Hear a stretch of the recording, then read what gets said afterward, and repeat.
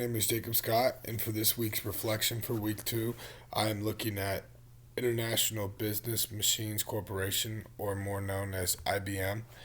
And then just getting right into it, looking at their income statement, revenue has grown over the last year, which is good. They're at 74, they were at 73 last year, and their operation income has also increased to 8, which is good. And they're all, but the bad part is their overall net income has gone down, which is kind of weird looking at how they've gained more revenue. But we'll take a look at that later.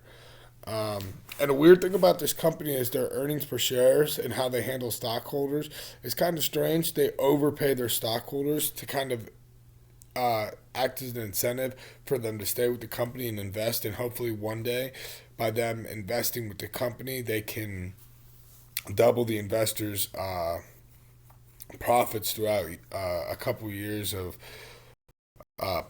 things they've done to revamp their company, so to say. But this company really is a risky thing right now. So investing is, I feel like, a choice of the user because it could go either really well or it could go really bad because they're on the fringe of being a powerhouse company or just being a smaller company. And I'll show that later. Now, flipping to the balance sheet, their total assets from 2020 to now of the second quarter has decreased, and that's not good, clearly. But if you look at it, the total liabilities has also decreased. So at the end of the day, it kind of like balances itself out. Um, Looking at their total equity, like I said, it's at 22, which is a fairly high amount. So their total equity is a decent. They have a good shareholder presence in how they treat their shareholders.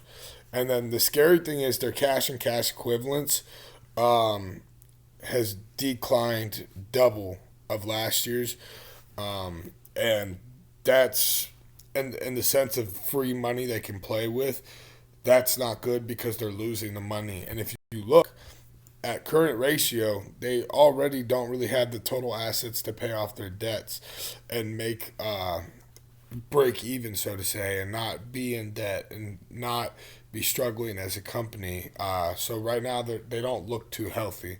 If I were to judge it on their health of the financials, but looking at how they're trying to bounce back, forecasting. Let's look at forecasting them in the future. Um, Off this great website I like to use that just gives me a brief overview of information of whatever company I've looked up. For IBM's financials, uh,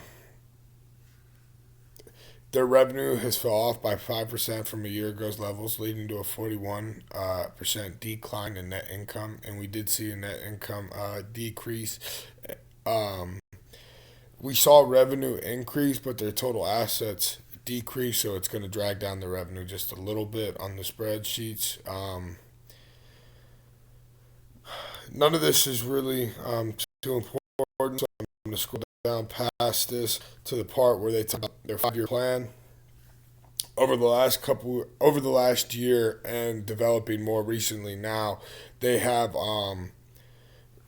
merged companies with Red Hat, and they're trying to expand their horizon to make this top cloud storage, like a hybrid storage unit, basically. And what they're trying to do is become the default version of browsers and storage functions and stuff. And like I said, they've been slow growing. They don't make a lot of money, and the main things they need to worry about is developing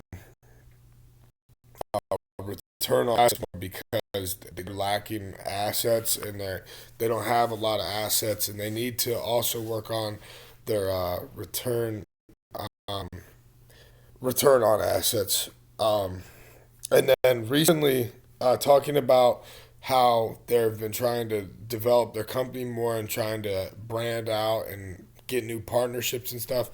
They've recently partnered with Lumen Technologies, Delta Airlines, Humana, and Plantera Technologies. I'm sorry, I butchered that. In the last month alone, to point IBM's, they use IBM's technology. So they really are developing, and are becoming more of like a common thing. But the problem is they have competitors such as Amazon and Microsoft that really take up a bunch of the marketplace already. So they're trying to weasel into a tightly knitted marketplace as is. They're underperforming in the terms of making money, and I'm basically paying their debts. So they're really riding on their shareholders' equity and things like that to stay afloat for right now. And they're hoping they can really snag something big with these partnerships and stuff for the future outcome. Um, Overall,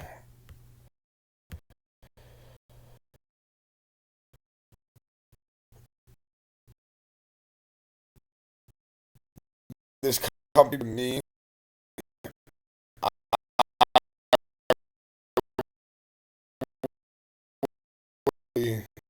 even if you look at their stocks over the last year, they've been growing.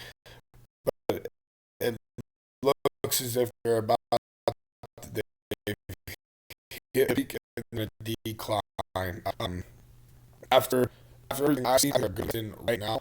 But also, if you have to be a little risky when it comes to investing. So if you invest, they actually take off in the future. Is really for somebody. So if you invest in this company, because yes, they are a little risky right now, but if you can spare some money, uh, or you had some extra money from stocks you've had and made money off of, you could just invest in this, because possibly in the next couple of years they may blow up and become something bigger with the recent partnerships and the things they've been trying to do with the Red Hat and building a new hybrid version and trying to cut back on some of their expenses as much.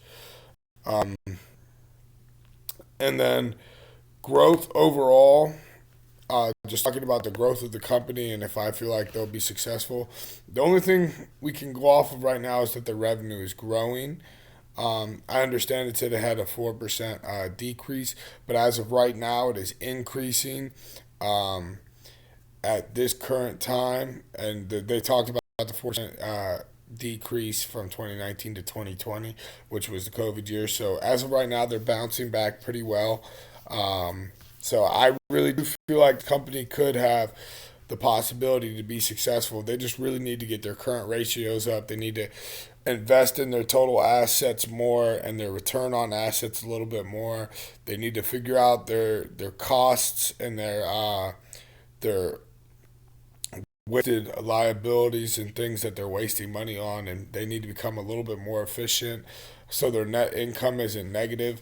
But overall, I understand this company seems a little bit risky, but if given time, the company and its plan falls through, this company might be able to squeeze into the industry and like become beneficial for people that took the chance and bought stock in them or something like that.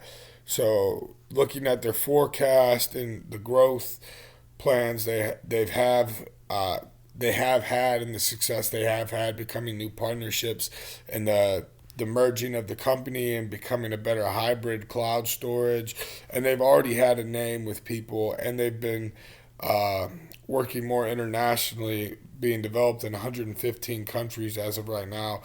This company does have the potential to become something great. Personally, right now, my situation, I wouldn't invest in this company because I don't have just money to tie up into something like this. But for somebody who has a lot of fun money, so to say, I think this could possibly be a good investment. So for me personally, I wouldn't invest right now, but maybe later on down the road, it would be a really good investment because they have a good foundation set. Thank you, and that is my presentation.